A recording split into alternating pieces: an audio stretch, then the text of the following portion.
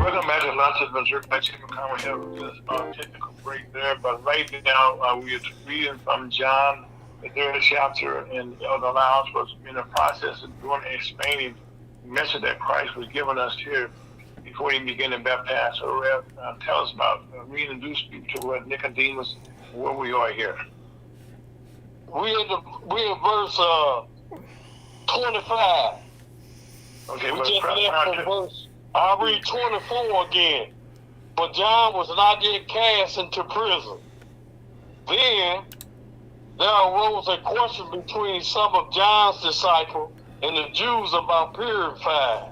Okay, Rev, before we get into John and the disciples, okay, clear up a little bit here about Nicodemus, okay, what Christ was telling him here, which was the important part here about how we can be born again.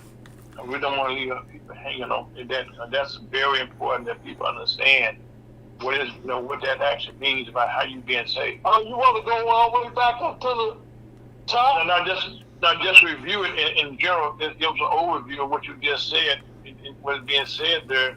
And when Christ is saying, he said, "Really, I say to you, we speak what we do know, and testify what we have seen, and you receive not our witnesses." So, anyway, explain. Okay, was Christ explaining to people who have been baptized, people who have not been baptized, and people are starting to get baptized. Let's talk a little bit about that, why people want to be baptized and need to be baptized. Okay, he said in verse 3, Jesus answered and said unto him, "Verily, verily, I say unto thee, except a man be born again, he cannot see the kingdom of God." Mm-hmm. Nicodemus said unto him, "How can a man be born when he is old? Mm-hmm. Can he enter the second time into his mother's womb and be born?" No. Jesus answered, "Verily, verily, I say unto thee, except a man be born of water and of the Spirit." That's how you're born again. That's how you believe in the death, burial, and resurrection of Jesus Christ. And you pass from death into life before you sleep and after you sleep. You have to believe that before you go in the water. And also, when he said really, he said back-to-back time, tell us what he's saying. When he said the word verily means truly. Truly, truly. Mm-hmm. And you want to get your attention when he's saying that. Yep. So in verse 6, that which is born of flesh is flesh, and that which is born of the Spirit is spirit. Marvel not that I said unto thee, you must be born again. The wind bloweth where it listeth, and thou hearest the sound thereof, but cannot tell whence it cometh, and whither it goeth. So is everyone that is born of the Spirit. Nicodemus answered and said unto him, How can these things be? Jesus answered and said unto him, Art thou a master of Israel, and knowest not these things? Verily, verily, I say unto thee, we speak that we do know, and testify that we have seen, and ye receive not our witness. Okay, Rev, one other thing, let's go back to Nicodemus. Now, tell me what does a Pharisee, since he described as a Pharisee, exactly what is a Pharisee? A Pharisee ain't nothing but a lawyer. Okay. The scribes and the lawyers, and those were those Jews, those wicked Jews that had Jesus crucified. Mm-hmm. That's who they were. Okay, because in the Bible here, Pharisees, and people say, well, what is a Pharisee? Okay, so he knew the law, but he didn't understand. He didn't understand what God was saying. Now, the reason they didn't understand what God had said because they was in unbelief. Mm-hmm. See, when you're in unbelief, you can't please God, but you might please yourself with your personal opinion. Mm-hmm. So right now, we have a lot of people, who listen to what Nicodemus was saying and what the Pharisees, the lawyer, was saying. there's a big difference in what actually takes place, and that when Nicodemus couldn't visualize, how can this take place? Because it's not on paper this way.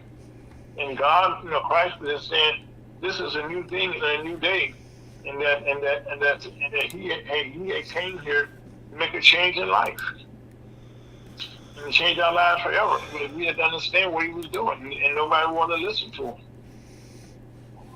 The reason why Nicodemus was a master of Israel, but Nicodemus cannot talk what he don't know.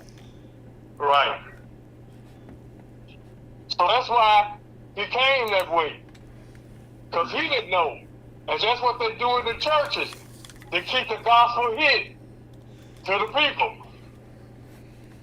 Why is that? That's why people say, I get baptized, I'm saved. I'm saved by going in the water. No, you're not. You got to believe the gospel before you go in the water. Water don't save.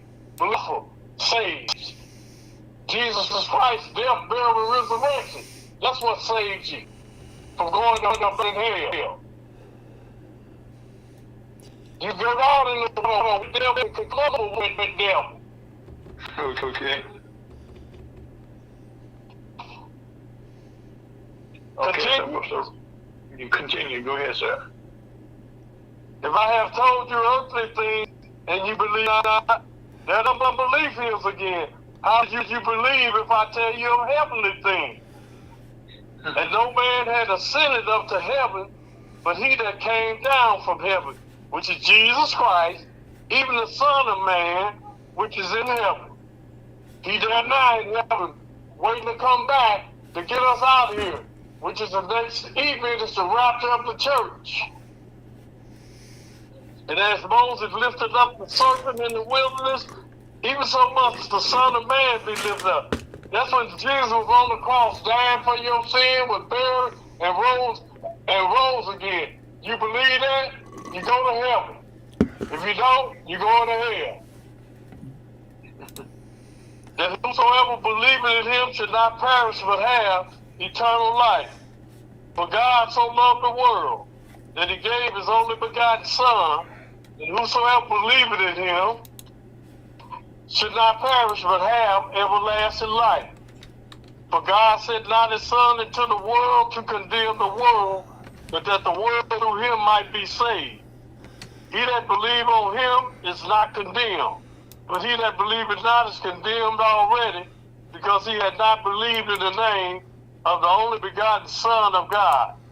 And this is the condemnation, that light is coming to the world, and men love darkness rather than light, because their deeds were evil.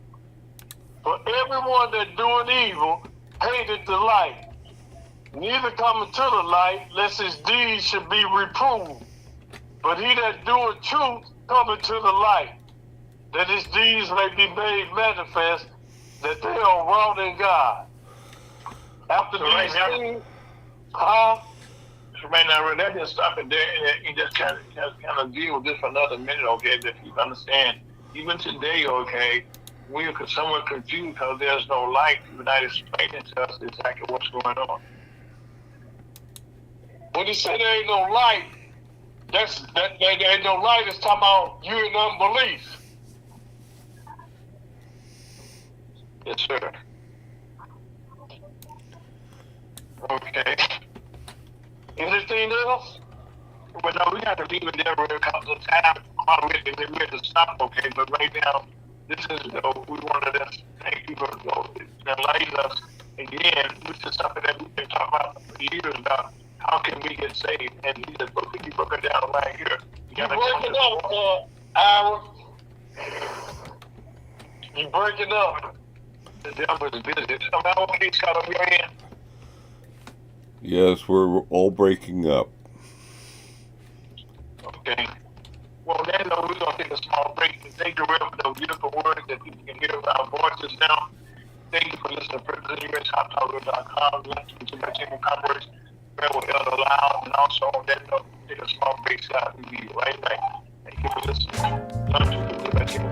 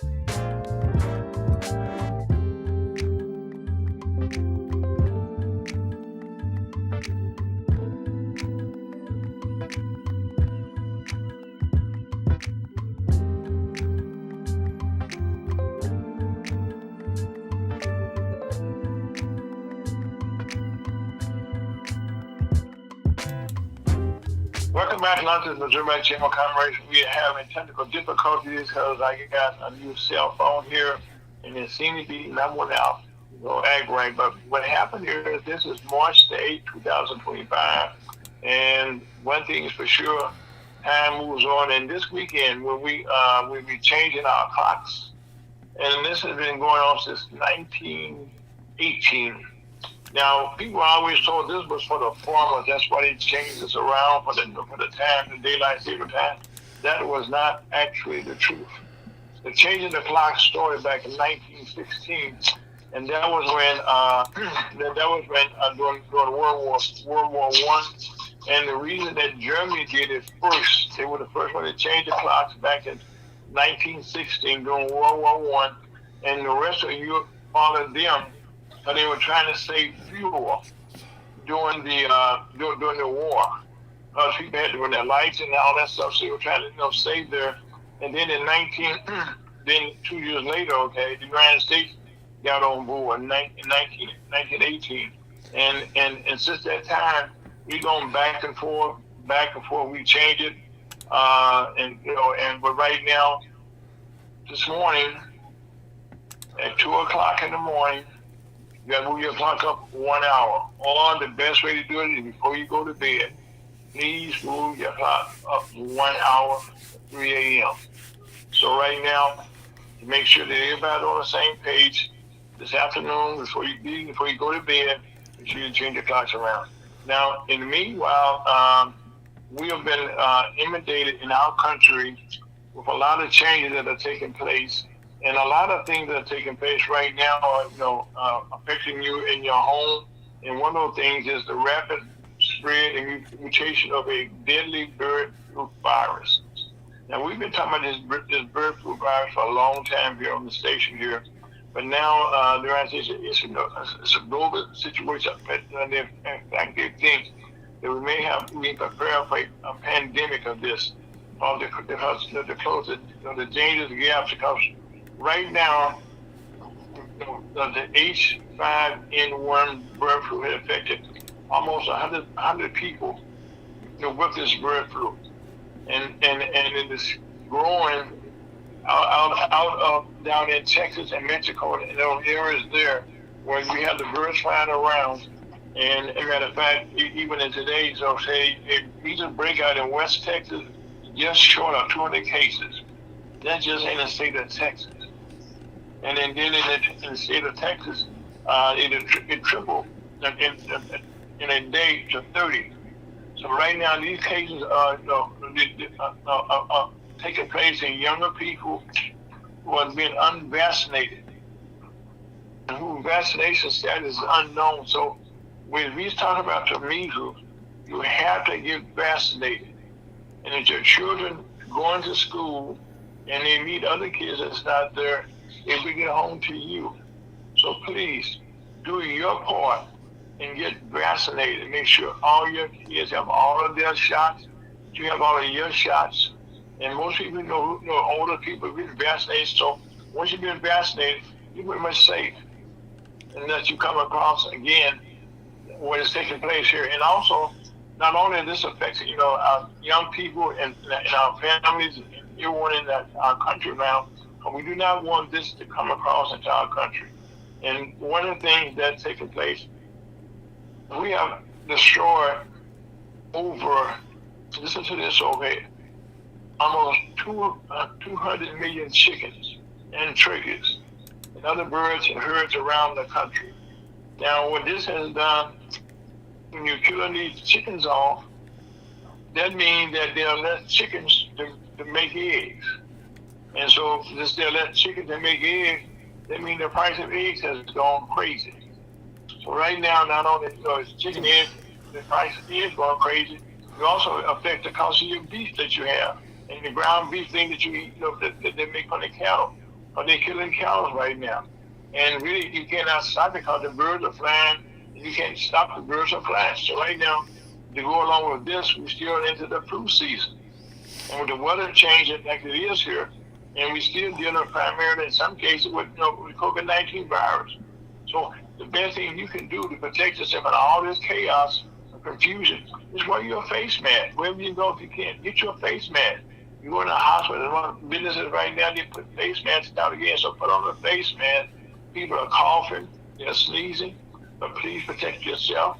If you can, social distance, and wash your hands for your own safety.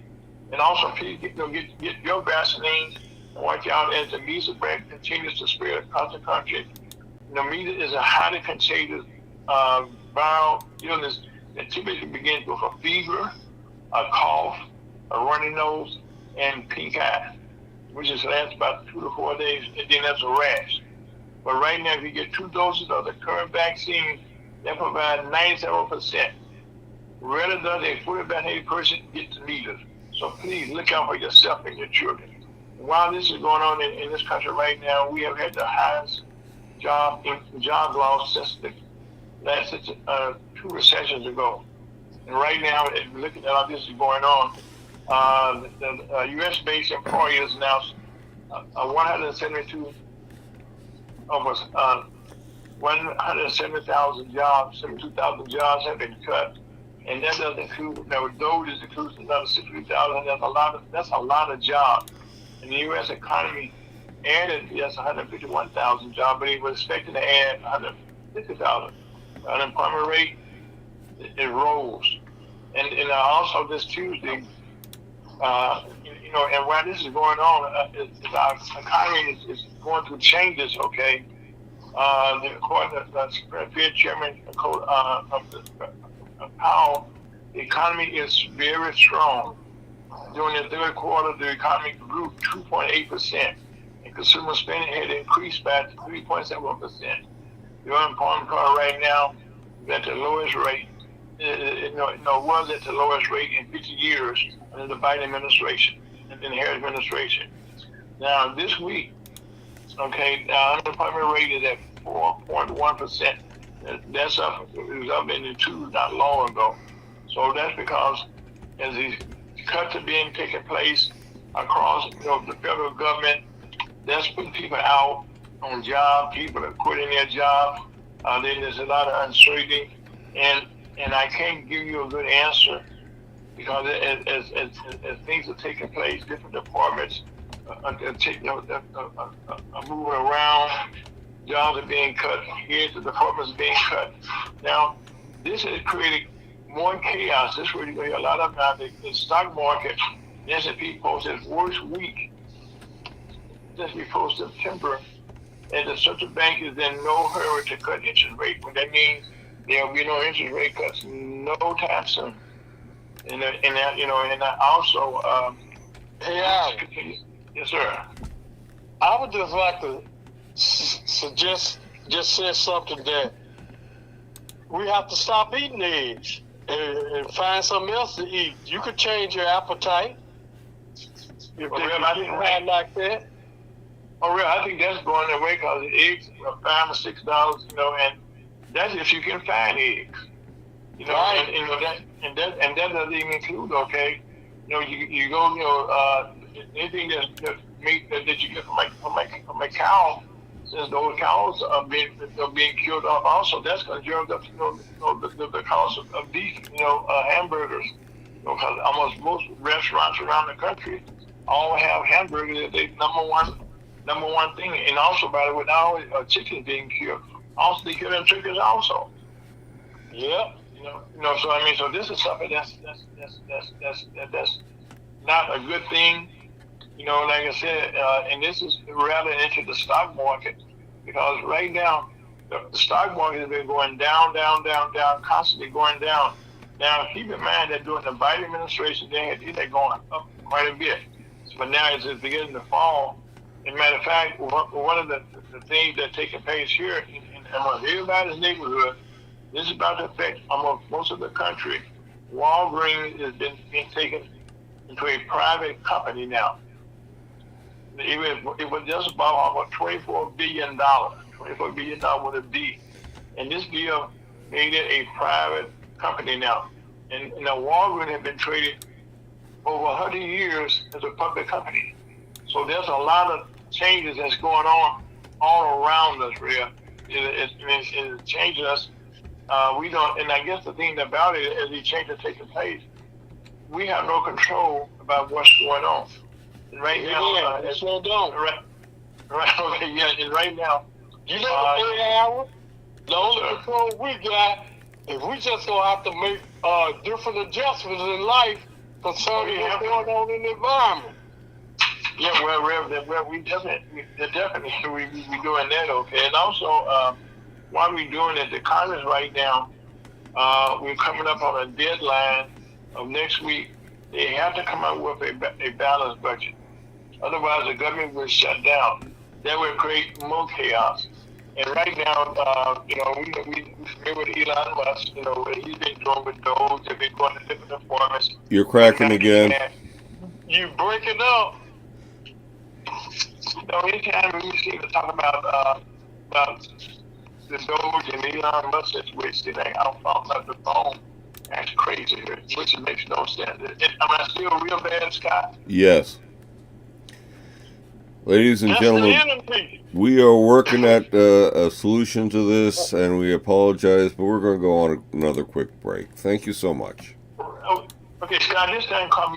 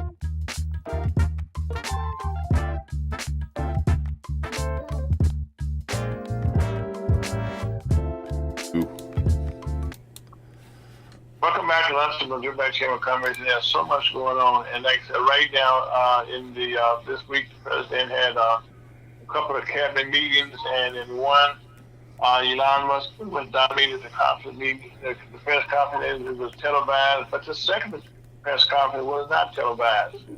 And in that one, a lot of the cabinet members right now are unhappy. See, everything that's going on, okay, that's not the whole cabinet.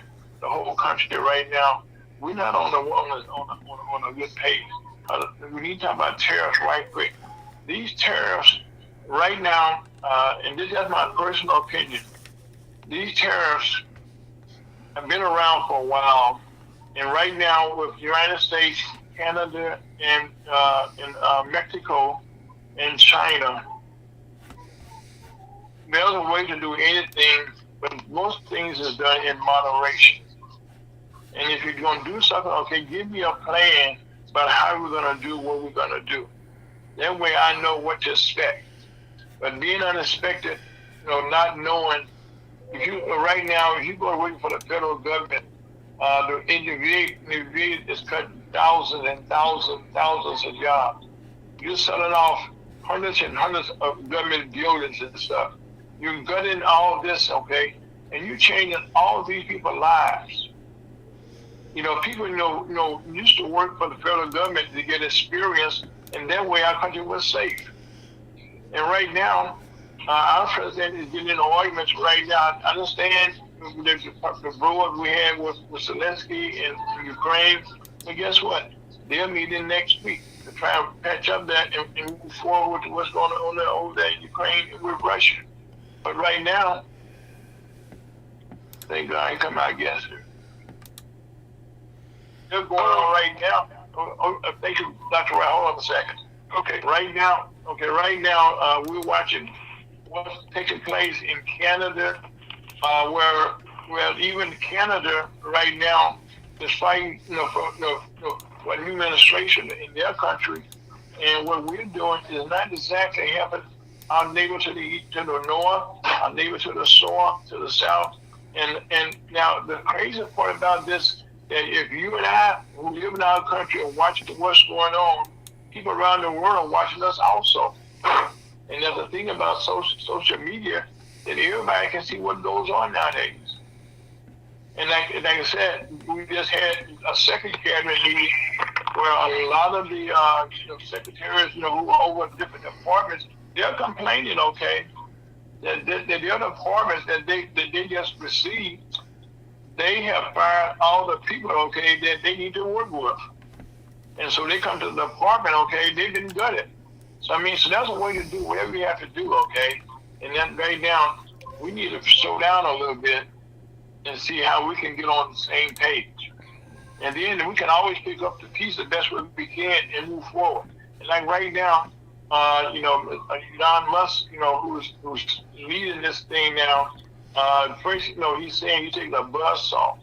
Well, that's what he was saying last week. Well, this week, President Trump said you're going to use a scalpel to make sure this is precisely done. This should have been done from the start. This should have been done from the start. That we have precisionally go about doing things, and that's the way our country's been built, okay? That's how we have a Congress. That's how we work together to get things done. And right now, there's a lot of stuff that's going on that we need to talk about right quickly. One of the things, Elon Musk, not only, he's does his own form of Twitter now, which is now have this issue with threatening people. If in the budget talks right now, if you're a Republican running, you're looking for it now to be in, get us a budget, and the House has to pass a budget, and there's only one couple of votes difference, so that's not going to be a good deal because the government may shut down, that may cause more chaos. And right now, that is not good for us in our country right now. And while this is going on, we're looking at cutting more jobs. But in the real news, there was a man that was killed this past evening down in South Carolina. They had a firing squad where they killed him, which is kind of brutal.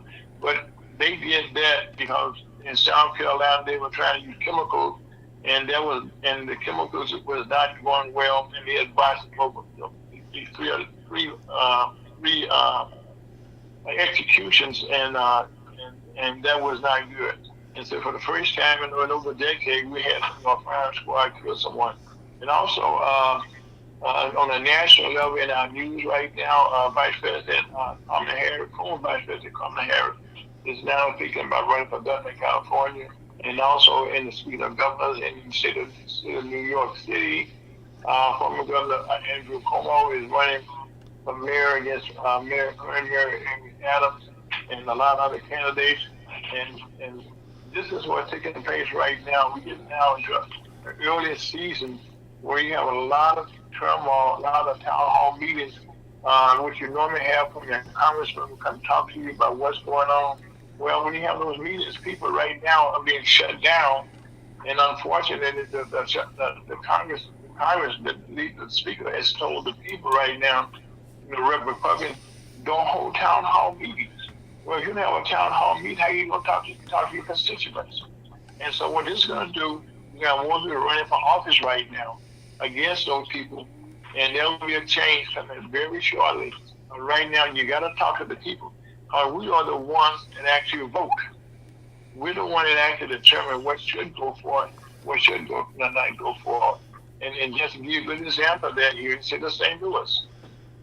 We just had an election this past Tuesday where our mayor, Charlotte Jones, came in second in a four-way race. And since the St. Louis had changed their system now, we have the top two people in the primary running in the general. Well, in St. Louis, they had that 50% of the people turn out to vote, which is very embarrassing. But also, that's going on in St. Louis. But right now, they're going to run again against each other in April. And it just may be possible that she may be able to beat Alderwoman Kara Spencer in the runoff. Who knows? But people got to get out there and vote. You can complain about what's going on, but if you don't vote, ain't nothing taking place. Now, that's not a good word. Ain't nothing. Nothing is going properly. But we need to get out there and voice our own selves about what we can do. And also, one of the things that's constantly around our country, we watch it. Carjacking, and murders. And right now we had a little 9-year-old kid, 9-month-old kid, just was killed in a murder homicide just this past week. So right now, these murders, these guns, and people right now are depressed, they're unhappy. But right now, this got to cease. It's not increasing. It's increasing, but not decreasing. Now, that's a lot I just said. We have technical difficulties, but so far we've done pretty good. So we may have figured out what was going wrong there. And also, right now, before we go any further here, make sure that another thing that's not good. We was very successful in our space program, Mr. Musk space program, the SpaceX Starship, which is the one that was carrying up the the satellites into space, which would come like going to the moon. Well, unfortunately, his program just disintegrated because the last two satellites that went up there, like the one just the other day, it kind of had to blow it up. So this is the second time that this is taking place. So right now, lots of that's going on, and hopefully next week we'll be, when we get back to you, we will be able to have this technical difficulty worked out. But right now, without any further ado, we'll take a small break, come out with our very special guest, talk about what's going on, and learn a little bit about history.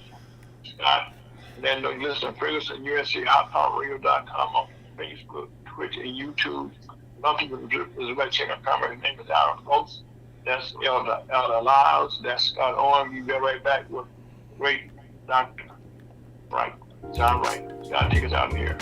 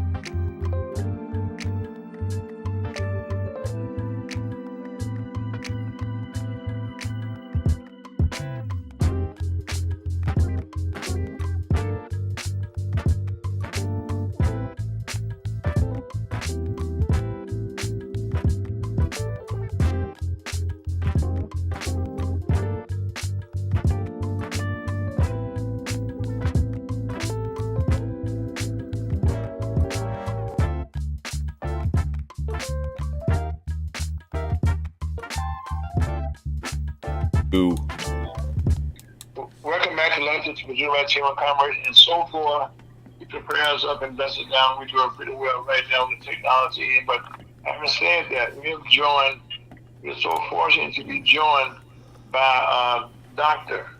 John Wright. We have him that as an educator, but Dr. Wright has worn so many hats in time. Dr. Wright, welcome to the program. Thank you. And so, Dr. Wright, rather than me trying to tell people about you, okay, why don't you start off telling us about, I know you got started, here in St. Louis in our educational system, which is in disarray also.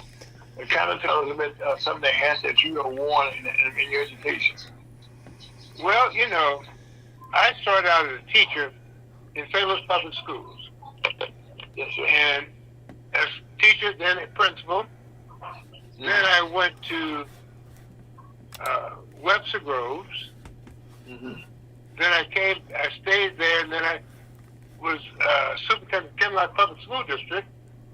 Mm-hmm.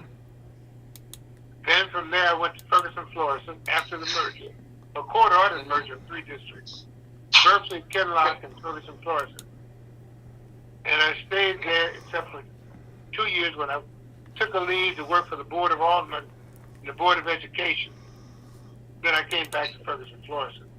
Okay, now what did you do, sir, when you went from the Board of Aldermen and what were your tasks that you were tasked with? I was executive director for the Citizen Education Task Force to try to improve learning outcomes for the children of St. Louis Public Schools. Okay. And then the reason I asked you to repeat that, sir, because it seems like we're at a point now we need to convene another task force, something similar to that. Well, so much turmoil, I stopped after 2 years and went back to Ferguson, Florida, because we couldn't get anything done. Between the union, the school board, there's so much argument and tied up. There was no time given to improve instruction. Wow. And I thought it was just a waste of my time. So I went back to Ferguson, Florida, and I stayed there until I retired. Okay. And I was home for 3 years. Then I was asked to be superintendent of schools in Norman School District. Mm-hmm. We did a search. And I was there for a year. Then the day I left there, I was asked to do interim for St. Louis Public School. Yes, sir. Stayed there, and then I came home. I've been home since 2008. Now, I was asked to come back to St. Louis to be an interim school board member. Mm-hmm. So I did that. And I told them I wasn't running. I've been on the U City School Board for 6 years, on the Community College Board of Trustees for 6 years. I was on the St. Louis County Board of Education. So I had enough of running school boards. And so that was not my desire to have another term on the school board. So, Okay, now, sir, that's why I was about to ask you now, because it seems as though, as you do, I did a little research, most superintendents, there was a time that a superintendent was still around, about 10, 15 years, okay, before he retired. But now it seems as though the most superintendents right now are staying at a maximum of 5 years and they retire. Why is that? there's so much turmoil, man. It's turmoil. It's board members who want to do things for friends rather than for children. So you have a lot of problems. And kids are not the focus. And programming is not the focus. We're at things where people want to do stuff for their friends. You know, their cousins are pointing. I know there was someone, when I was in Normandy, they were telling me someone was a friend of a person, and they were causing so much hell. I told them, stay home. I wasn't renewing their contract. It was in April. I said, stay home for the rest of the year. And I'm not going to renew your contract, and don't come back. It caused too much turmoil on the building. And so Wow. I put them out. I didn't worry about getting fired because I was interim, man. You're not going to have me back anyway. I didn't want to get back. So you couldn't hold that over my head by saying that you don't do that. But you know, Dr. Wright, that's one of the things, okay, you know, that as you look at your past history there, people never talked about why you left those different positions, okay. But I know, not only were you an educator, I think the city of St. Louis asked you to wear some other hats. When the mayor came in, that she wanted you to come be a part of her administration. Who's that? The current mayor of St. Louis, she asked you to be part of her administration. She had to be on the school board. Right, I'm be on the school board. I mean, I'm going to be on the school board. And right now, our school board is not, is in turmoil, as you just said, because of favoritism. I said I was not going to run. I was told that they found someone to run. Mm-hmm. I filled in for her. But I wasn't going to run for school board. I understand that. Well, right now, Dr. Wright, as we look at, your career there, but you also did some things that were international in your career also. Right. I was vice dean of the Council of Core College in Washington, D.C. I was honorary consul for the Republic of Senegal, and I was on the World Trade Center board. And so those are some things I did in that. Then I did Fulbright in India. I did that one summer. Okay, now what's a Fulbright? People in Spain, what a Fulbright is, what that actually mean? What it is, you study a different culture, and you're they're all over the world. A Fulbright scholarship, you're chosen because of your scholastic endeavors. I was one of 12 that went to India in '82 for the summer, going to all parts of India, looking at educational institutions and culture there. And so then you give talks and you come back and you pass that information on. But it was and I'm still in touch with one of the guys. We were together, and some of the folks. Another one, we were together. He passed away. There were three of us. We stayed in touch with each other since '82, and so that was a good experience. And then I did a Thai teacher exchange with Thai, the administrative exchange with Thai for Thailand. I did that. Wow. Okay, now, as you look at, since you have some international experience right now, our education system in our country right now is taking a hit now, because nationally we're not doing well, and nationally, there's not a large supply of teachers right now to teach kids. So what are some of the things, since you're not in, you don't have to work for anybody right now, what are some of the things that you see that how we can kind of improve things, not just here in St. Louis, but most of the country, where we are right now, trying to find good teachers, trying to retain teachers, and also not just the urban, but in rural areas. What are some suggestions you could give us as we're talking to right here, to our whole entire country about how we can improve ourselves? Well, I think you have to have a belief. When you go into the classroom, you have to have a belief in your students. Mm-hmm. I taught special ed. Mm-hmm. My first teaching assignment. Okay. And I went in and they said, one special, always special. Now, what is special ed, first of all? Let's That's get the kids who are behind in achievement, supposed to be mentally retarded. Okay. When I work with my students, Mm-hmm. some of them took the test for high school and passed. What a teacher who was having classroom problems, and the principal had my girls to keep the class while she went out and learned how to teach. Mm.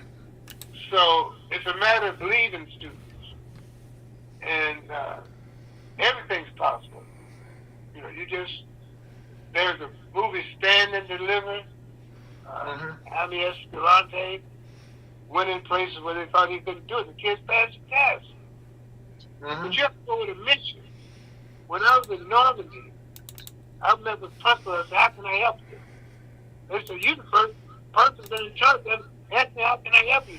Everybody's telling me what I don't do and what I need to do. But no one's going to come to my school and say, how can I help you? Mm. Now, that's bad. So you can't run the district from the desk. You have to go out. Mm-hmm. You don't tell people you're coming. You may go into the back door, the kitchen door. Next thing you know, you're in the hall walking, looking at the classrooms. When I was on the personnel, the Fraser Folsom School District, Mm-hmm. they was telling me about this one teacher who was yelling and screaming all the time. So I went over to the school, and I didn't know I was coming, but I went out in the hall. She was yelling and screaming at the kid. Mm. So you have to correct that. And principals who know when I was in the Kinloch School District, we had one woman who didn't want to deal with the teacher who couldn't handle the kids because she was a past superintendent's daughter. She was sound asleep in the classroom, out, and the kids, young kindergarten kids, traumatized. So I got someone to take her home, and we delivered her to the house so that she can't stay. Mentally ready. And I found someone to take her. The family, That's bad. it was that bad. Yes. You know, I was talking to an administrator just yesterday, and that's in a rural school district, and he's one of our members of our Missouri Chamber of Commerce in rural Missouri, and he was saying that trying to deal with the kids in the classroom, that most teachers right now, that he originally worked, on a grade school level, he's been promoted to the high school level, because mainly that they have found that some of the female teachers, okay, were being overrun by their students. By the what? By the students right now, was not giving them the respect, the teacher the respect that she should have gotten. Well, when I started teaching, I may have had a jump. I worked at juvenile court when I first got out of school. That was a detention center. So I knew every thug in the neighborhood. And so when you're at the detention center, some days when nobody shows up, you run the floor about 90-some kids by yourself. Wow. You know the thugs, and you get to know them, and they need to know you. When I was in Marshall, the kids had taken over the playground, so the principal couldn't do anything, and teachers couldn't send the kids out. And I went out and said, "Look, fellas," and I knew them by name. I think it makes a difference when you know them by name. I said, "You folks, you got to give us a break now. It's okay to play basketball, but you got to stop the basketball playing with the kids at recess." "Okay, Mr. Wright. Okay, Mr. Wright. Okay." And that was it. But I knew him by name. Well, see, Dr. Wright, right now, I think, you just listen to what you just said, okay? The problem is that there's no respect. The teacher, you got to earn respect. You can't give respect. And I think that's where the problem comes in here. Would you agree? Oh, yeah. You got to earn it. I've got letters that my wife passed away, but I'm going through her stuff. I got letters to kids that's written her. Kids written her after they got married, and called her on the phone, and something she used to have them at the house for lunch. And so, yeah, that's respect. She loved them. Well, right now, right now, Dr. Wright, as we had this conversation, one of the problems that we in the black community, we're trying to, the Missouri Chamber of Commerce, our goal is to help black business owners thrive or create new businesses and stuff. And just understanding what we just talked about here right now with the educational system, trying to teach someone early on about what black businesses need, okay, that's an uphill battle. Am I right? It's not impossible. You got to believe, when you get into something, you got to know what you're getting into. And you got to be willing to go with it. You got to, it's not easy. And I wouldn't tell anyone it's easy. But it's work. And once you get a reputation, it's after you get your reputation, it's easy. Easier. You got to win respect. And and then you can do, I remember a kid got suspended and hearing get terminated from school. Mm-hmm. Parents didn't show up, and I was the only one in this termination here. So I've been dropped the reputation from him because I was at his suspension from school. Wow. You know, Dr. Wright, one of the things that I understand, and of course you do, I knew that, first of all, that your education that you got early on in your career, in your life, okay, you came from a black high school that's still around. Tell us about your high school experience that you focus, okay, on being who you are. Yeah, I was a Sumner. Mm-hmm. This is the oldest high school west of the Mississippi. Mm-hmm. But I had teachers, blessed with some teachers, who gave a lot because they couldn't get any place else but high school. Mm. Who else came up in a segregated world, Grace Montgomery had Kenneth Phillips, a great instructor, because whites wouldn't hire. Wow. So, Robert McFerrin had some of the high school teachers. We have Charles Turner was hired in Sumner because white institution wouldn't hire him. He did one of the top scientists in the country. He still did it at Sumner High School. And also Sumner, had the Mr. Richard Hutland, was a great teacher there also.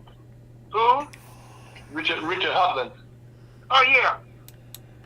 Hutland was tennis man. He did Arthur Ashe. I know. He trained Arthur Ashe, who became one of the first back to win a Wimbledon championship. Ashe stayed at his own. Mm-hmm. They didn't worry about where you lived at that time. Hutland got Arthur Ashe to stay with him. Mm. And he was living in Richmond Heights. Oh, Arthur okay. Ashe came back and forth with him every day. Okay. Well, that meant that right there, there was a trust factor there, but at the same time, the fact that I know one of my very good friends, and where I'm in the chairman, Reverend Larry Brown, listening to us right now, he came out of Sumner High School, and I know you know him personally because you have races with him for years, but he's been one of the leaders in our black community for years, okay, but he also was a Sumner graduate. Larry Brown? Yes, sir. Yeah, I was engaged to his sister. Yeah, you told me that. Yeah, so I know that's what I said. So I know it personally, okay. I know Larry well. Yeah, but he's been like a staple in the community for many years, so not just as a rapper, but as a businessman. Yeah. Yeah, I know Larry very well. Yeah, and he's been like say, but he's been one of the person that gives, and also by the way, when we speak about it, okay, we want to set some prayers up there right now because he's also going through some dialysis. Right now, pray for him, have a speedy recovery, get a kidney real soon. But there's people like this, okay. Now, by the way, I didn't tell people we started the program. Dr. Wright, how old are you? I'm 87, 85, brother. 85, okay, 85 years old. 86 this year. Okay, 86. And if you're smarter, than the average boo-boo. Not being funny here, I say that, but you're smart. You understand. Your mind is still clicking. But it's your experiences, okay. Is that we need more so now than ever before to share this with people, okay, about what you had to do to be successful and make other people successful.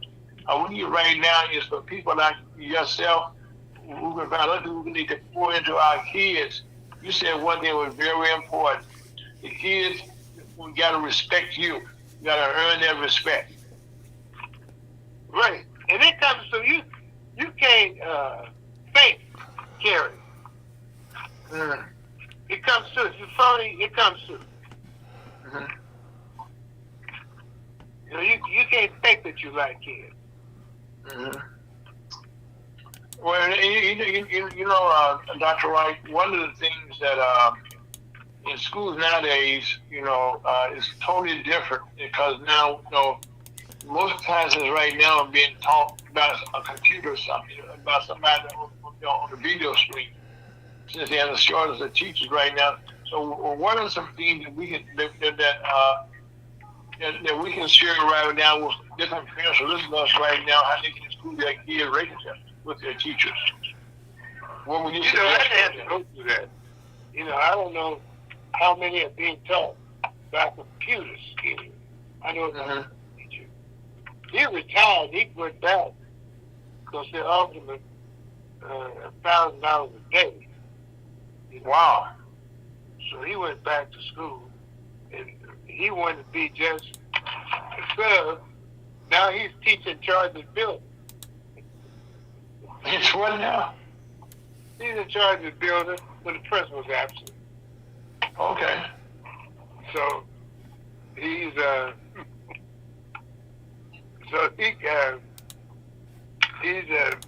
well. He enjoys that, but he's tired. Okay.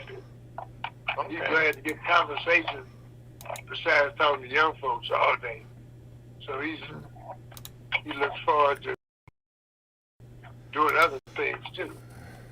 Okay. Now, Dr. Wright, one of the things, well, in your career, I know that early on that we had a lot of men that were teachers. I know, like Bishop Wooten, who was one of the top bishops in the entire world. And he was also educated. They came from Harrisville College, Teachers College, early on. I think that's where you graduated from, right? Yeah, a lot of men because we couldn't get jobs in other fields. So I have a friend, Richard Shelton, ended up being a IBM executive. You know, he went to teaching. You know, we went to Harris Stowe. It was $20 a semester when we joined, which is college. Wow. $20 a semester. That's cheap. Yeah, it's cheap. You could try college, you know.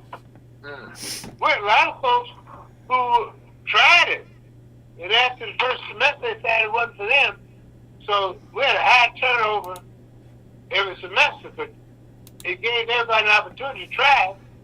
And so we had a lot of folks who tried. And Well, I know, right? Go ahead. I'm sorry. Go ahead, sir. no, I just think about Jordan McFarland. Father had a big church on Taylor Avenue. He quit saying, I found the Lord. So he stopped teaching and started preaching. Okay. And built that church on Taylor Avenue near Delmar. Okay. And that became a very successful church. Yeah, George passed away, but that was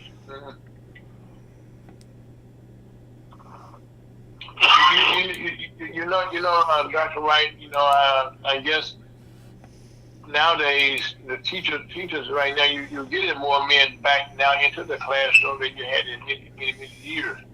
That should be a very good thing, am I right? Oh, yeah. But many of them have found jobs in other fields. You know, that's the problem now.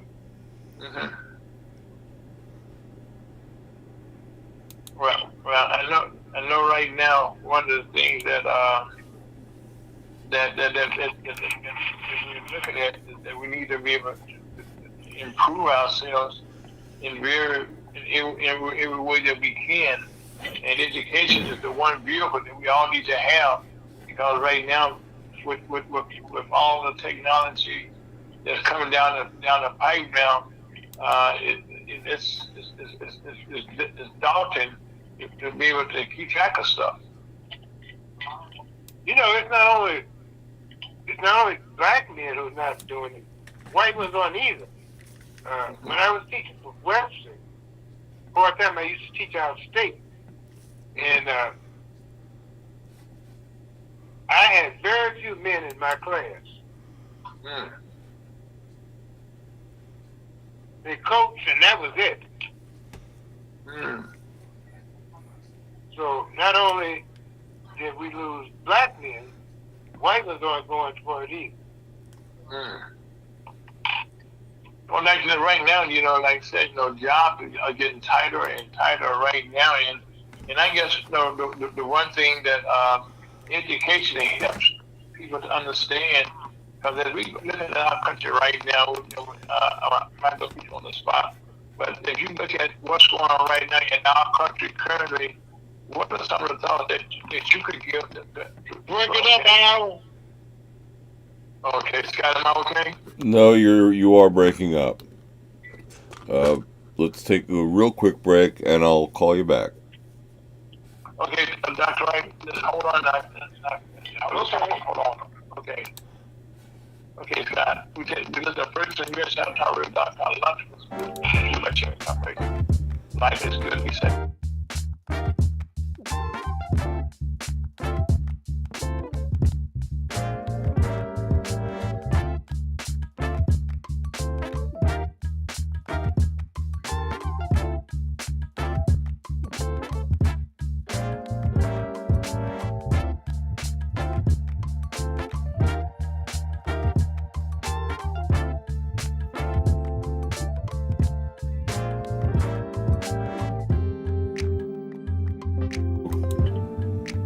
Okay, Dr. Wright, welcome back to lunch.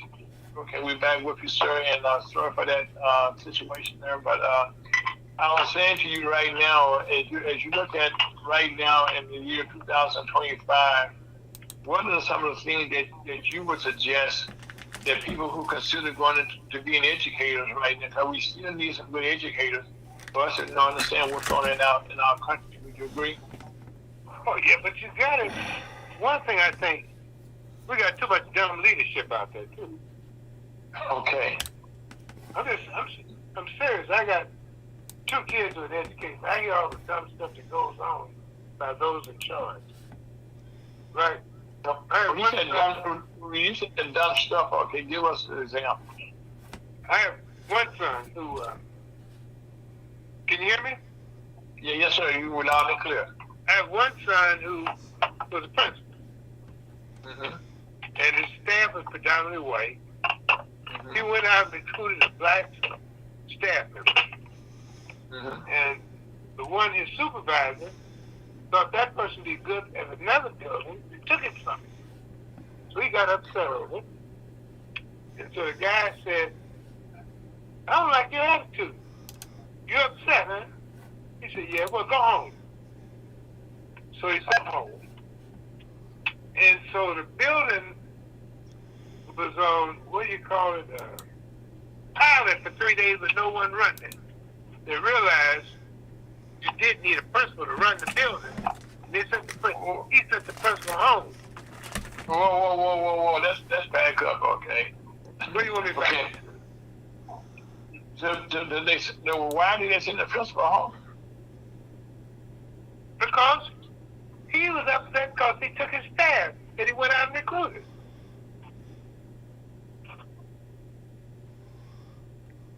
Wow. Because he expressed anger because he went out and found the teachers recruit and supervised the temple. And he didn't want to. Wow. So, but it's interesting, when I was at, that's the same as public school, when I was asked to be interim superintendent, the guy told some study, I guess I need to leave. Need to leave. He left. You know, Dr. Wright, now just listen to your conversation. I can understand now the reason why the kids are having so many problems trying to learn. It's all, it's not them. It's, it's grown folks' issues. Oh, yeah, you got a lot of grown folks issues. You got a lot of folks out there who are playing school. They don't know what they're doing. And, and then you got a lot of teachers who need support. Principals who need support. Well, I know in the Missouri, and I'm embarrassed to say it, but we wanted to force states, they come to paying teachers to teach school. Salary-wise. I know my high school, Sumner. Mm-hmm. About every 3 years they get a new principal. 2 or 3 years. Mm. You can't grow a school with that kind of turnover of administration. Mm-hmm. You can't. You know. And then also you have a constant turnover with superintendents also. Oh yeah. It's hard to find superintendents who want to deal with it.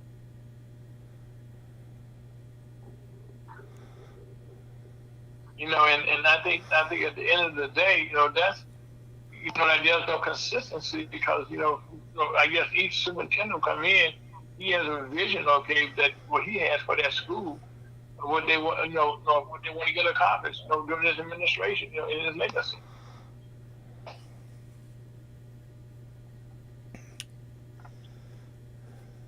And to get that done, he needs some support,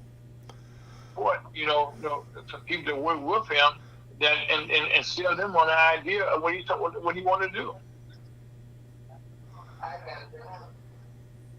But you've got to have a board that don't have too much English. Like I remember one school that's board member my wife teacher, and one of the board members said, I came by her room, I just know my daughter's going to get an A. My daughter's a problem. I know my daughter's going to get an A. No, she didn't get an A. But that's...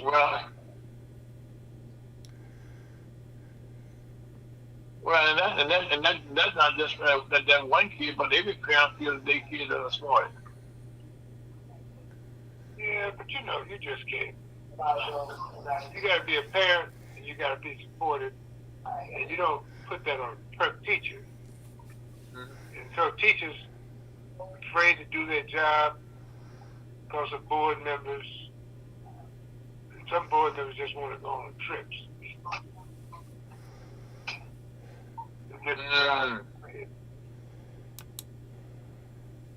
You got small districts. Sometimes in small districts, the school is the biggest employer. Mm-hmm. And so everybody's kin and relates to each other. Mm-hmm. But you got to tell the board, if you want to save the kids, Junebug, Mary's son, is messing up. Mm-hmm.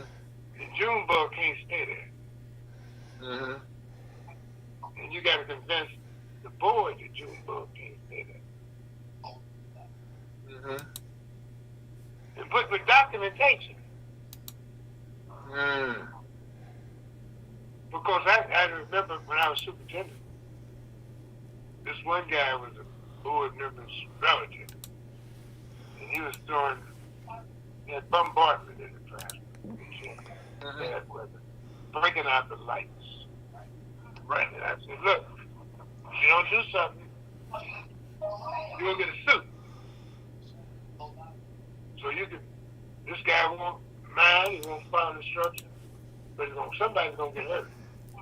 I'm putting you on notice. It's a problem. You want to keep him, but you got to know it's a problem. I'm putting you on notice. I'm not going to put the blame for it. So they talked with him, and he didn't do it, and so he got terminated. But I tell him, it's a problem. If you don't do something, somebody's going to get hurt. And you're going to get sued. But I'm letting you know what's going on. And I'm not going to be a part of the suit. Dr. Wright, as we look at right now, what we need most of all that we have to have is basic education. And unfortunately, one of the problems that we got to deal with, and is not being dealt with, is vaccination for the children right now is not what it used to be, and now and it should be what it is now. How can we make sure that the parents are aware that they need to have their kids vaccinated? What can we do about something like that? Well, what you have to do is put the facts out there. Look, we're offering this to your kids. Here are the records. Kids, with schools where kids aren't vaccinated, they have a greater chance of dying. So here's the facts. This is where we are. If you don't care about your kids dying, don't get them vaccinated. But the chances are, if you don't, you'll be part of the statistics like it is at other schools that don't have it. But death is a reason you want to do it, to avoid death. And here's what happened in places that didn't do it, and the kids die, and they get sick. So if you don't mind your kid getting sick, you don't mind Junebug dying, you're okay. Keep doing what you're doing. But if you care about your kids, you got to take care of it. You know, Dr. Wright, I think the fact that you just laid it out like that, and I'm not sure that's how it's been done. With people right now, they being that direct, just telling them that it's life and death. Because that's we get anybody's attention. Yeah. But you got to lay it out in front of them, though. Well, you know, Dr. Wright, not only is that a problem in the schools, about people laying it out, but I think right now, what we need to do as a whole, this is my personal opinion, that if we understand the school system, you have to understand, have some way to read. Now, people not aware, but most newspapers and most stuff like that is written at a 6th grade level. Am I right? I think we try to be nice and polite. Oh, man, you should be. But you got to be truthful, too. You got to be truthful. Some people don't want to hear it. The kids don't want to hear it. And I got to tell friends, I just tell some friends, I got friends who are hard-headed. Yeah. I just say, look, I'm not going to, just tell us where you want to ship the body out, Just tell us where you want to put it. I'm not going to argue with you. Let the family know where your body to be shipped. Because where you're going, you're not going to make it. So no need to argue. No, just leave a note where you want your body to be shipped.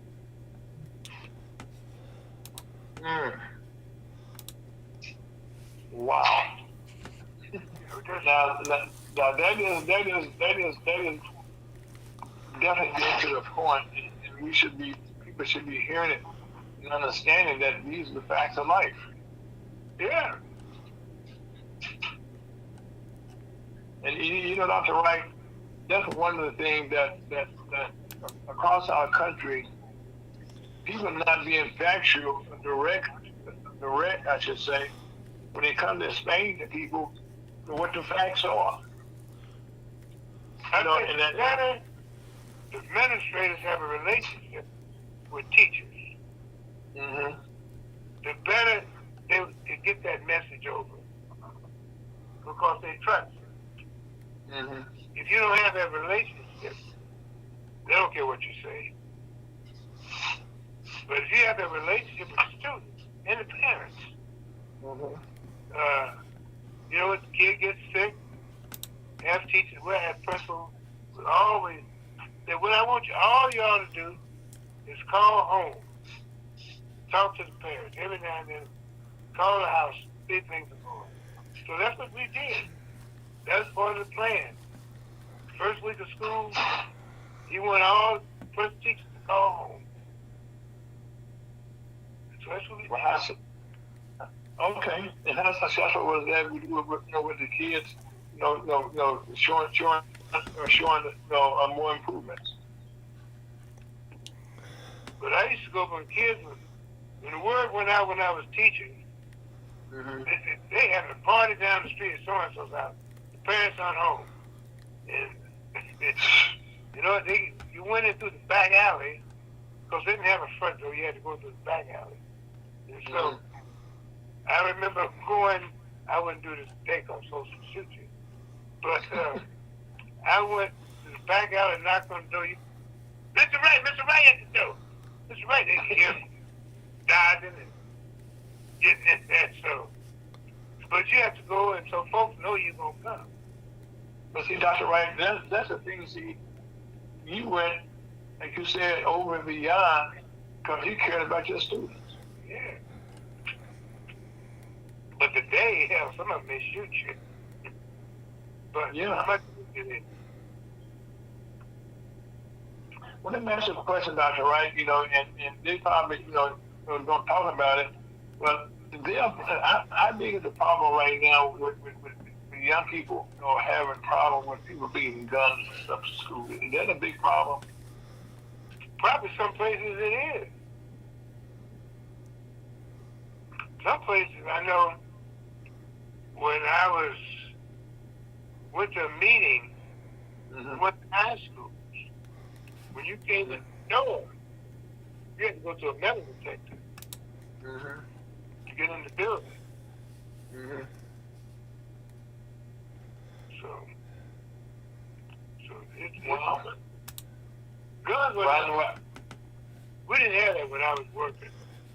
So I'm just glad I don't have to deal with it now. Because some kids don't even talk or debate with you, just pull out the gun and shoot you. Right. Dr. Wright, one of the things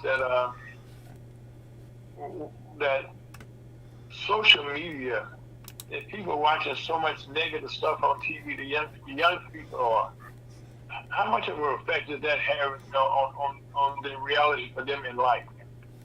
A lot, They live in a world that's changing constantly.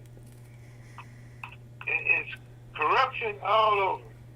When you got a president who's guilty of so many crimes and in office.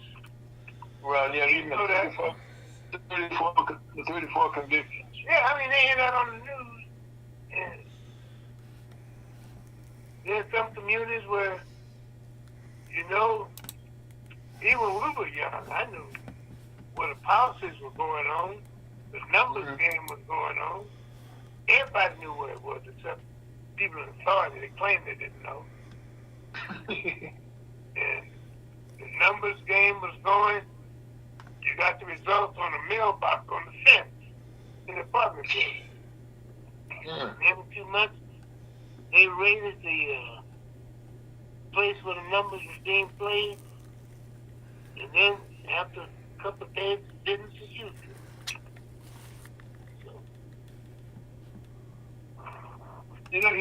Just for the sake of clarification, Dr. Wright, I only hear the word the numbers game. Is that exactly how has that looked back in those days?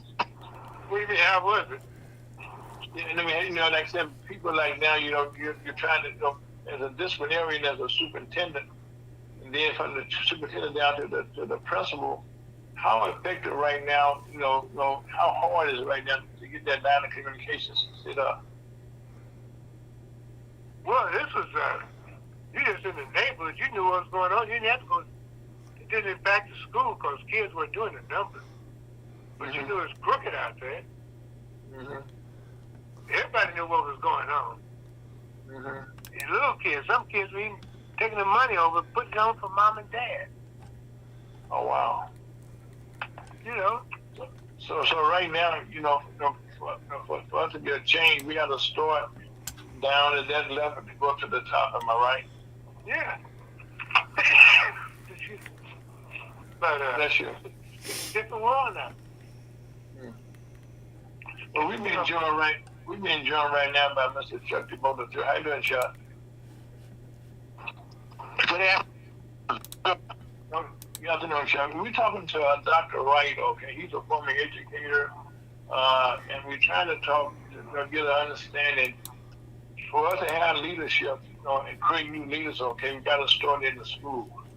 And so we just today just kind of trying to just get some understanding. I know you know a little bit about education because your wife's an educator herself. But how difficult it is right now. First of all, to get good teachers, to get superintendents, or to get good teachers. Now, how difficult it is for the students to understand and get respect for their teachers. But you have to respect the kids. Mm-hmm. That's hard sometimes. Yeah. Listen, but you can't give up. Can't give up.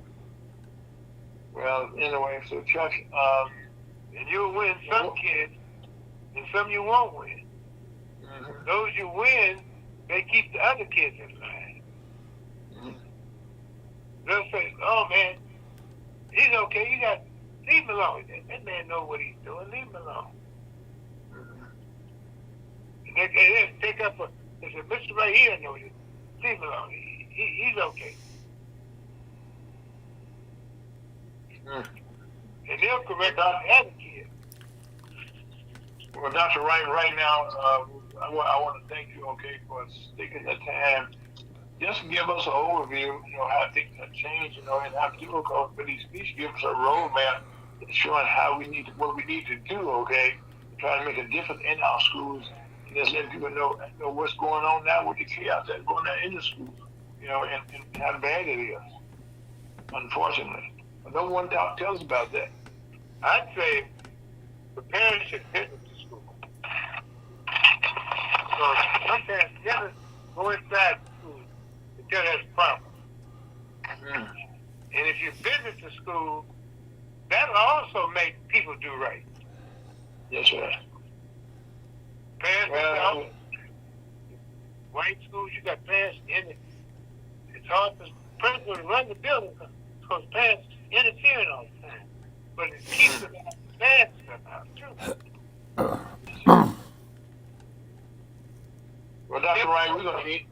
Well, Dr. Wright, I hate to cut you off, Dr. Wright, but right now we're going to change over to Chuck. And Chuck, right now, I'm sorry, what you said, Dr. Wright? Okay. Thank you for your time, sir. Like we will be talking more today or not more. Thank you so much for your time, sir. Okay, take care now. Okay, yes, sir. Chuck DeVoe III, how you doing, sir? I'm doing fine, thank you.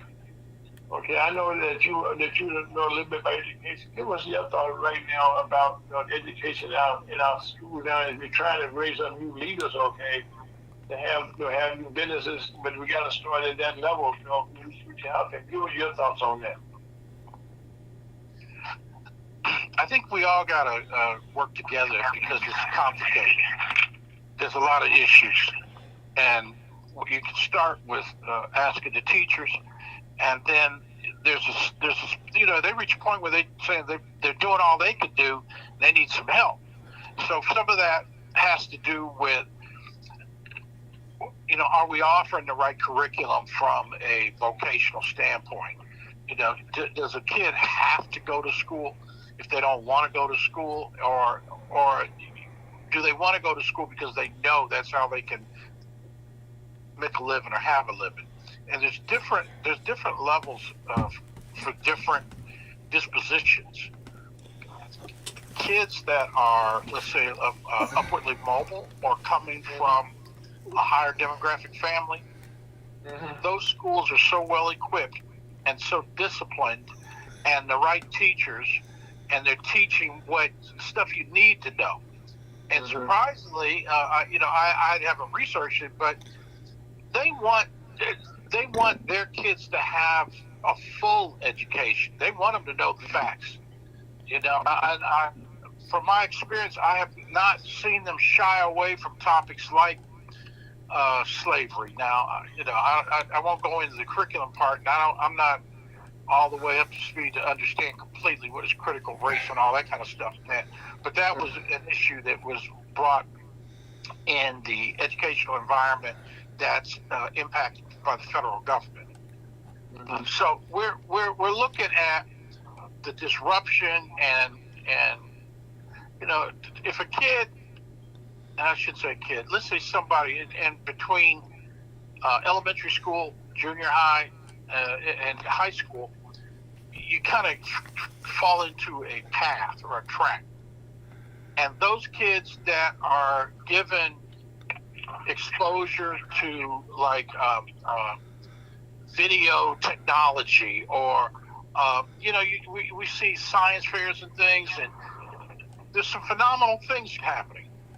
That's where we need to support and offer resources to those that want it, have something to feed them and to drive them and keep them going. And then there are those that are just disruptive and maybe only going to school because that's what they're forced to do. There may be a different or a separate environment for those.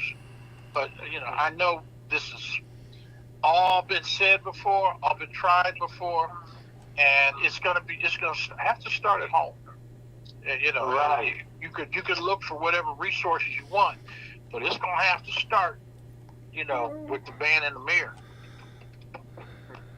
But Chuck, I'm not going to take a lot of time on that. But I think you guys echo what Dr. Wright just said. The time that he's on there with us. That You're breaking up, Ira. Okay, how's that? Am I still breaking up? You're still breaking up. Chuck, hold on 1 second. Okay, we'll take a little small break. We have some kind of difficulties the last couple of weeks here. But just hold on, and Chuck, we can take a small break. This is a lunch with Jim Chairman Comrades on BreakersUSHotTalkRadio.com.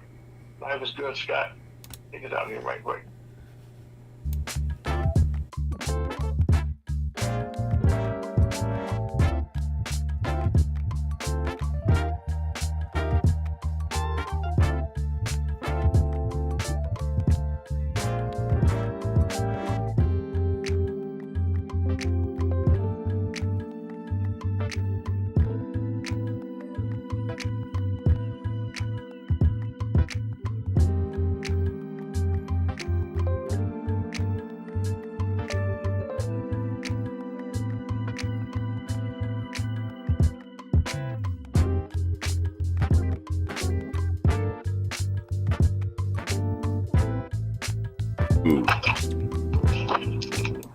Welcome out to lunch with the Missouri Chamber Comrades on a beautiful Saturday afternoon here in St. Louis, up where you are.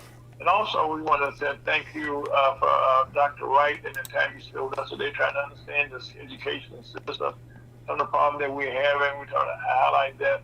And having said that, Mr. Chuck DeBoe, we missed you last week. You've been away from us. So tell us, what has Chuck DeBoe been up to?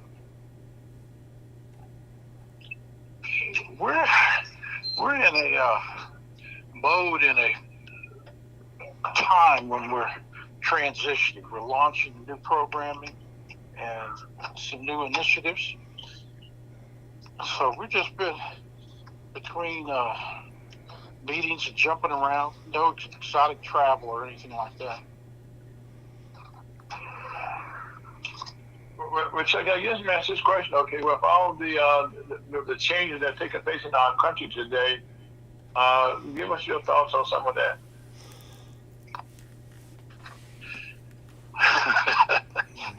That's a loaded question, but I tell you. Well, it's kind of loaded, okay, but right now, because like a lot of business leaders right now, it's a fair question, though. It's a fair question, and it's a question that needs to be asked to somebody that's daring to be in a position of leadership. So I'm glad you asked it, and I think it's really relevant. Well, I know from what you... And I'm trying not to what do anything that we've said previously, but this is probably the most crucial. You hear this all the time, but this one seems to be the most crucial until the next most crucial comes along. So for now, today, looking in history, if you don't pay attention, if you don't pick a strategy, if you don't pick some reaction to what's going on, you're gonna find yourself like double down. You're not just going to be behind. You're going to be like 3, 4, 5 times behind. Mhm. And part of that is how you choose to react. And I'm going to say to the things you can't control. Can't as in cannot control. How do you react? And I'm going to be a little bit, I'll be real. I'll be critical. Then me, Chuck, let's break it down. If you want to go out here and protest and boycott, you can. But what is your strategy? How does that impact you? Or have we figured it out? Do we know, is there a ABC or phase 1, phase 2, phase 3, or where are we going with it? You know, when we boycott, we're going and we're asking with a strategy or something. But in this game here, it's already set up. You can't bring the 1950s back in 2025. In the era of AI, they've already scoped it out, planned it out in strategy, and don't necessarily take it personal as that it's against you, or what? What is the bigger picture? In other words, I'm saying that I do not believe it's to eradicate black people. I believe it's to eradicate any kind of differentiations that had been festering within the federal government and the structural society, to where different aspects of it were starting to be manipulated and used to the advantage of one group versus another. and particularly as it related to DEI. I don't know if you notice it, but whenever DEI comes up, they start talking about using that word about woke. Mm-hmm. And woke has become synonymous with gay rights. Well, people can argue that, but that's. I'm just going by what I'm hearing and seeing in the news. Chuck, right now, one of the things that you just hit on there is that the titles of the names that have been given for things over the years. First, there was a time when you said minorities, you meant black folks, okay? But over the years, that became so encompassing that you didn't mention black folks. Then you came with DEI, okay? And then all of a sudden, that got redefined as something else, okay? And it became like the thing that was being attacked. So with all these different things in the media that's being attacked and not being attacked, that's why I'm saying it's a loaded question I asked you. But how can we see through some of the things and suggest that you give us as a leader? I got you here. Here's some of the things a lot of people don't. It's not made part of the conversation. Mm-hmm. And if you go by like following the money, mm-hmm. So we're hearing a version of following the money from the whole Doge experience and following where did the federal government actually spend the money and what was this, and they go, oh, look at all this money that went here, look at all this money that went there. Well, as it related to DEI, there was corporate monies that was written off and put in the budget that were for DEI spend. Mm-hmm. And then there was the federal government DEI spend, or what they were spending money on, and it really went to certain types of things and to certain types of organizations. So because of the partisanship element of it, meaning that the Democrats were implementing the legislation on it, they were implementing the administration of it, they were really allocating the budgets that went with it. It was very partisan politics. If you weren't down, if you weren't part of the crew, if you weren't approved and agreed to, you weren't going to get any of that money that was being allocated and spent for those types of things. So it does fudge over into racial differentiation, or how are you a black or Hispanic or a woman, a white woman, or whatever. It did get into that.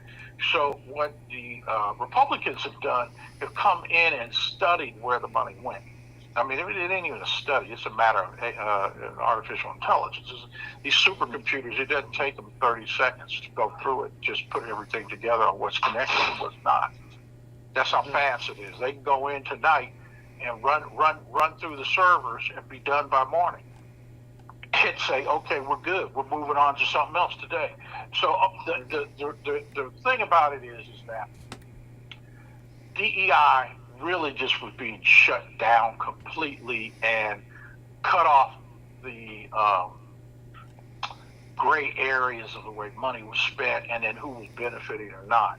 In other words, so all of us that have a child that's played in a sports team or something, and, you know, in this day and age, so you're trying to say, you know, is my child good enough to make the team? And then you get out there and you say, well, wait a minute, they put this kid on the team, but he's not as tall, or he's not as fast, or he doesn't hit his free throws, or, you know, it seemed like we're just as good as they are. Why shouldn't we have a chance to make it? And that's where the things you don't control, or the things you can't see, or let's say the politics or what goes on behind the scenes, all start to come into play. Now, it always existed in society, whether DEI or not. You know, there's always, and historically, it's like, well, you live in a certain neighborhood, so we're not going to insure you, or we're not going to give you the same rate or the better rate. Or, you black. You know, it just jumped in my head, but you black, you better get back. You know, it used to be kind of like that. Now, so I'm going the opposite direction with it this time, and I'm like saying, okay, so you want a level playing field. You want us to come out and be general market. You want to have us question whether we could be the National Black Chamber of Commerce, or whether we just got to be the National Chamber of Commerce. And either way, you set the rules. If we can't control it, you know, we're going to go ahead, we're going to be us. But by all means, it is not going to stop us. At the first, you be careful what you wish for, is we get ready to be the best. We get ready to be the best on whatever league we're playing in, whatever platform we're on. And now we're open for general business. Yeah, that's right. Everybody, anybody and their mama, it doesn't matter where you live or what church you go to, or how you grew up, or what color is your dad, what ethnicity are you, and all. It don't matter. It's about that money now. It's about getting to it. And so, even though I'm not a big proponent of the boycott, these folks is out here driving the stock value down of these companies. You know, I mean, it's painful. It hurts. But see, then the corporation can say, wait a minute, the federal government told us we got to do it a certain way, and now y'all gonna punish us for being legal or following the law. See, that's where you got to be careful. You don't want to hurt the wrong thing, but then the White House is asking us, the black business community at large, just saying, or not just black, small business. We'll say small business. They ask the small business, can you please let us know what's working? What policies do we have that are getting good results? Let us know what's working too. Everybody let them know what ain't working. What's not going on. So to answer your question, to sum it up, right now the number one message is communication. The number two is let's work together. The number three is be ready. You look at yourself in the mirror. This is kind of like when, just like you give your car your summer inspection or before winter. Winter's coming, so you gotta get it ready for winter. Well, you just gotta take it and look, what are we good at? Where we need help at? And one of those areas that's gonna come right away is you've gotta be up on the technology. We're 5 minutes, gentlemen. Okay, thanks, Scott. Chuck, I was listening when you talking there, okay, and one of the things that over the years, that if we look at just how blacks have gotten involved, one of the things Dr. Wright was saying, that we should have more men in education because there's someone who can get a job. Well, if we look at take the analogy now, okay, what we talk about right now, whereas as we identify if you're black, you're not getting a fair shot. Now you wanted a fair shot. Now you're getting a fair shot, and now you got to be ready, and you got to be able to step up, okay, and be able to step up there and be able to fight, take a position that I'm going to be good at what I do, and how would I be the best? Am I right on this? I think I don't even think it's questionable. I think it's so obvious, and I think it's so black and white. But see, here's the real. We don't have to debate it. It's like, man, I got things to do. I got someplace to be. I got goals and things to achieve. We're not sitting around here arguing or kicking it at the barbershop. I'm looking at my watch, man. I got about another 2 good hours left in the day. What more do I need to achieve today to be ready to be where I need to be for when the dam breaks, or for when the opportunity comes, or what tools or whatever? They let you know all the way right now. So, as crazy as it is, and again, I'm one of the people that I was raised in a household where my mother always taught me about positive mental attitude. No matter how gloomy it is, no matter how many lemons you got or whatever, what's the positive side of it? What can we do with it? How are we going to work this? And so that's where this is disruption, man. You heard Winston Churchill, I think, was the one that said, never let a good crisis go to waste. Yeah, so, everybody can go, I could be, like these boys with the stock market. They say, oh, it's terrible. Don't buy this. Don't buy that. Or sell, get rid of this because it's going to crash. Meanwhile, they got their boys in there just waiting for it to hit a certain price, and they buying like crazy. They buying like mad. They're telling you sell, doom and gloom and whatever. They did that with Bitcoin. They drove that price down there and turned around and hit it. And people that are doing their homework and got their own constitution, got their own foundational roots and things they base decisions on, they're like, no. We see you coming. Come on in. We sitting there waiting on you. And that's exactly what's going on right now. People are seeing opportunities in the market, and they're getting prepared for them.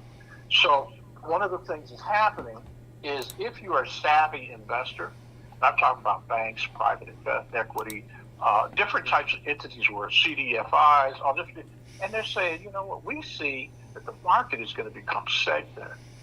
And when I talk about the market, I'm talking about the universe. Here's one thing right now. Did anybody notice, if you didn't know the word or the phrase rare earth minerals, did you notice that was in the news these past few weeks? Yes. It started with Ukraine and the deal, and Russia came up and said, oh, if that's what you want, come on over here, we can make a deal. See, this is different in a businessman's approach. Trump's whole thing is he knows how to figure it out if it's a business deal. It's the politics of what's going on behind the scene, and Zelensky coming over here and already had made a deal on the rare earth minerals, and already had met with the Democrats and had been out there campaigning for the Democrats and all that. And he led the Trump crew on like, no, I'm interested. I'm coming over. I'm going to sign the deal. And to find out you never had any intention, it was false trade. So when you break your like you break your word or you break your trust, it's a new game, a new day, a new game. So now, all of a sudden, here, I'll wrap this up. But you really come to the table now. You really come to the table now. Yeah, we come to the table, but at the same time, National Black Chamber of Commerce and this little black business in the diaspora, we're already over here talking to some African countries or some other places in the world. They got more rare earth minerals than Ukraine. And got full control of them and ready to say. So you see, here's what I guess where this story really goes is to what do you have to barter with, to chart, to negotiate with? What you got? You got anything? Bring it. Well, black folks, if we just nothing more than the boycott crew, meaning that whoever go line up for that, because a lot of them aren't necessarily business owners. Business owners are trying to go boycott. They're trying to say, listen, we're gonna sit this down. I've been doing this all day, okay? Because it's difficult, but right now, what Chuck is saying, we are saying the National Chamber of Commerce was a Chamber of Commerce. Our future is very bright. We just have to step up and go get what is ours. And we have friends around the world in the right place at the right place. All right, Chuck? Amen. On that note, thank you, Mr. Chuck Paul. Thank you for Dr. Wright. This time, stay with us. Thank you for Elder Lyles.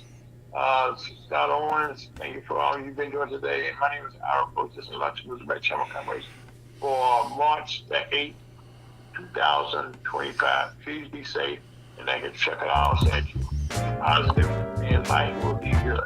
Love you, and life will be good. Have a great weekend.